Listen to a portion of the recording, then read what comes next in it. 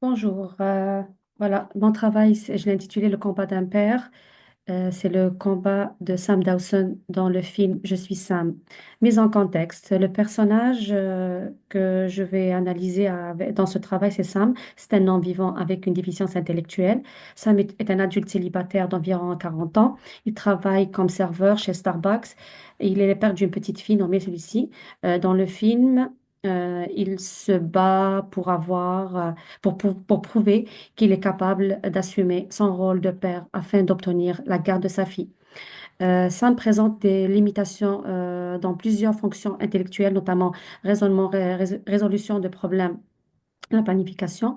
Il éprouve également des difficultés dans les habiletés adaptatives, ce qui l'empêche d'atteindre les normes sociales et culturelles généralement attendues en matière d'autonomie et de responsabilité à son âge. On comprend aussi à travers son témoignage que son état était présent même à la petite enfance. À partir de ces critères, et selon le DSM-5, Sam alors présente une DI, une déficience intellectuelle.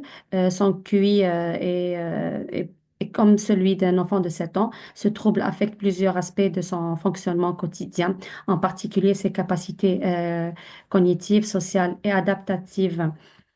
Incidence de la difficulté intellectuelle, il y en a plusieurs. Des difficultés d'apprentissage, Sam, on le voit apprendre à un rythme beaucoup plus lent que les autres adultes de son âge. On voit Sam apprendre par répétition. D'ailleurs, il refait les mêmes gestes dans son travail. Il lui est difficile d'apprendre de nouvelles choses.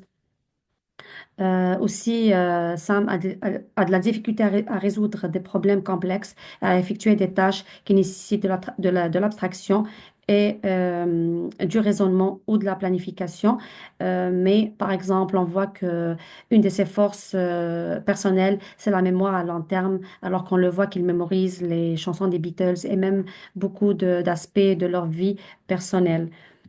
Une autre manifestation, c'est la difficulté de généralisation. Ça m'a de la difficulté à transférer ses apprentissages d'un contexte à un autre.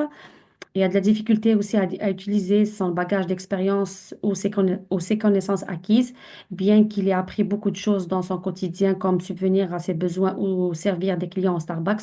Sam ne sait pas toujours euh, quand et comment utiliser ce qu'il connaît. Il a toujours un besoin de repères et de l'aide.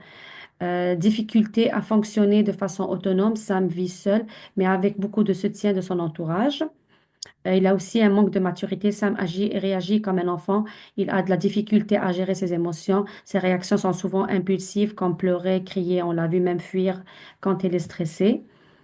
Compétences pratiques limitées. Sam éprouve la difficulté avec des tâches de la vie quotidienne qui nécessitent une certaine gestion, planification et autonomie. Euh, Maintenant, on va voir l'impact de la difficulté intellectuelle sur le développement et le fonctionnement. La déficience intellectuelle affecte tous les aspects du développement de Sam. Sur le plan émotionnel, Sam a du mal à gérer ses propres émotions. Il manifeste de la sympathie envers toutes les personnes qu'il voit tristes, même s'il ne sait pas toujours comment réagir face aux émotions des autres, mais il ne sait pas comment réagir face à ses émotions. Sur le plan social, ses relations sont souvent marquées par une certaine vulnérabilité en raison de sa compréhension limitée de son rôle dans les interactions sociales. L'impact de la déficience intellectuelle sur son fonctionnement au quotidien est également évident. Par exemple, Sam, en tant que père célibataire, éprouve de la difficulté à assumer pleinement ses responsabilités parentales en raison de ses limites cognitives, même s'il a des beaux liens d'attachement entre lui et sa fille et qu'il fait de son mieux pour prouver sa valeur comme père, il vit une situation difficile car il doit prouver à la société et aux autorités que l'amour d'un parent ne dépend pas d'un QI précis ni d'une capacité intellectuelle particulière. L'évaluation du potentiel adaptatif, ses forces et sa détermination et sa persévérance, c'est une de ses forces. Sam fait preuve d'une grande persévérance et d'un désir profond de réussir dans ses rôles, notamment en tant que père. Il se bat pour garder la garde de sa fille et montre une forte capacité à aimer, à s'engager. Capacité à créer des relations interpersonnelles profondes, bien que sa compréhension sociale soit limitée. Sam forme de très bons liens authentiques et sincères avec les personnes qui l'entourent. Aussi, il y a une force, c'est la mémoire à long terme, comme je l'ai déjà mentionné. Aussi, avoir une bonne santé physique. Dans le film, on voit Sam faire beaucoup d'activités avec sa fille, par exemple partir au parc avec elle, et rien ne laisse penser qu'il souffre d'une quelconque maladie. Ses difficultés, ses compétences cognitives limitées. Il y a aussi l'incapacité à fonctionner de manière autonome dans plusieurs situations, là où il manifeste le besoin d'aide des personnes de son entourage, la difficulté à s'adapter à de nouvelles tâches. Par exemple, Sam rencontre des difficultés à s'adapter à des nouvelles situations, telles que la naissance de sa fille, un nouveau travail ou même le procès juridique lié à la garde de sa fille. La difficulté à gérer ses émotions. Euh, euh, et aussi la capacité d'adaptation de Sam. Sam fait preuve d'une capacité d'adaptation notable malgré ses difficultés.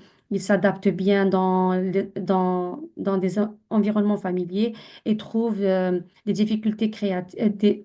Il trouve des moyens créatifs pour gérer ses tâches, même si cela nécessite plus de temps et d'efforts. Cependant, son adaptabilité est mise à l'épreuve dans des contextes nouveaux ou imprévus, où il manque souvent de stratégies d'adaptation efficaces. Dans ces situations, il a besoin de l'aide des autres ou une préparation auparavant.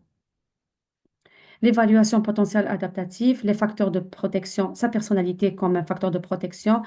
C'est une personne bienveillante et son engagement émotionnel sont des facteurs de protection car il l'aide à créer des liens et à s'engager dans une relation profonde malgré les difficultés. Le soutien de ses amis et de sa voisine et de l'avocate aussi, le lien d'attachement significatif avec sa fille et aussi le fait d'avoir un emploi et un revenu stable.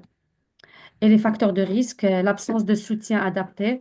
Il n'a pas toujours accès aux ressources ou à l'accompagnement nécessaire pour l'aider à faire face à ses responsabilités. Une situation financière difficile, Sam dépend uniquement de son petit salaire et de ses efforts au travail pour subvenir à ses besoins et celles de sa fille. Cela limite ses stabilités et ses options.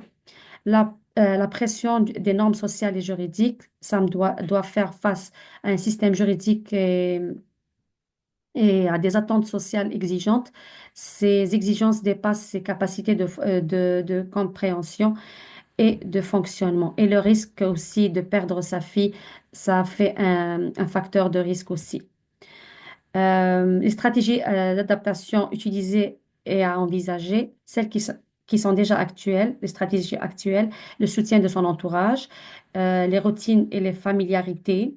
Mais pour les stratégies à envisager, c'est la formation continue.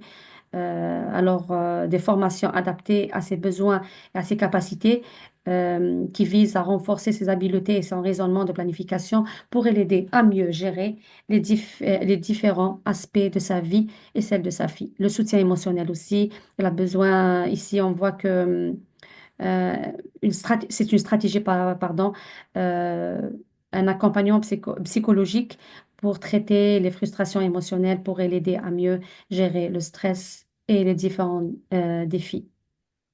Pour les besoins de Sam, en lien avec la dimension de la personne, dimension affective, Sam a besoin d'un soutien émotionnel constant, encouragement positif, validation et valorisation de ses efforts et de s'impliquer dans les activités qui renforcent la confiance. Dimension sociale, Sam a besoin d'inclusion sociale réelle, pas juste tolérance et pitié. Cette inclusion nécessite un réseau de soutien naturel, amis, voisins et même intervenants qui peuvent l'aider à traverser des situations sociales complexes.